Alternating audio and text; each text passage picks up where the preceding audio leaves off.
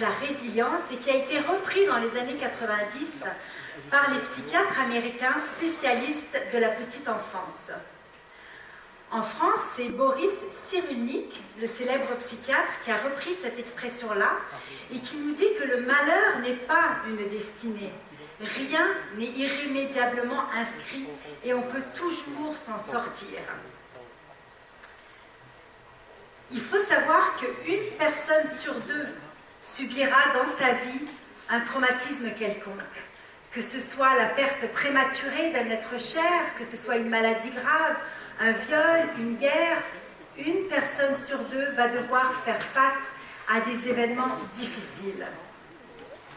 Et vous remarquerez dans votre entourage que certaines personnes parviennent à s'en sortir sans aucune difficulté, pendant que d'autres vont sombrer dans la dépression.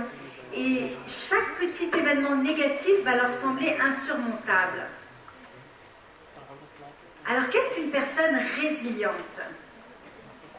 Eh bien, d'abord, pour être une personne résiliente, il ne faut pas nier les événements. Il ne faut pas ignorer les difficultés qui viennent de survenir. Il faut y faire face. Mais il faut aussi rebondir. Et rebondir, ce n'est pas simplement s'adapter à la situation.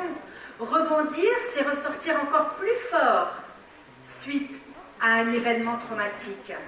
C'est apprendre de cette expérience, c'est capitaliser sur tous ces apprentissages-là pour être une personne encore plus forte qu'on l'était avant. La résilience, ce n'est pas héréditaire. Il n'y a pas de gène de la résilience. C'est quelque chose qui s'apprend. Par contre, il y a des études scientifiques qui ont démontré qu'il peut y avoir des hormones euphorisantes qui sont produites dès les premières heures de la vie. La dopamine, la sérotonine.